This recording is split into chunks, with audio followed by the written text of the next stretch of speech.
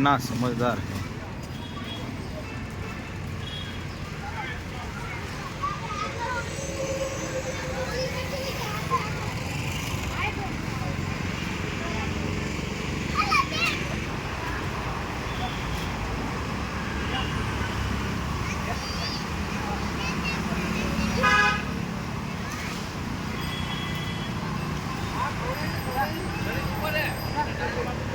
कितना समझदार होगा वो मालिक कहते हैं तो उसको ऊपर करके दे देते हैं।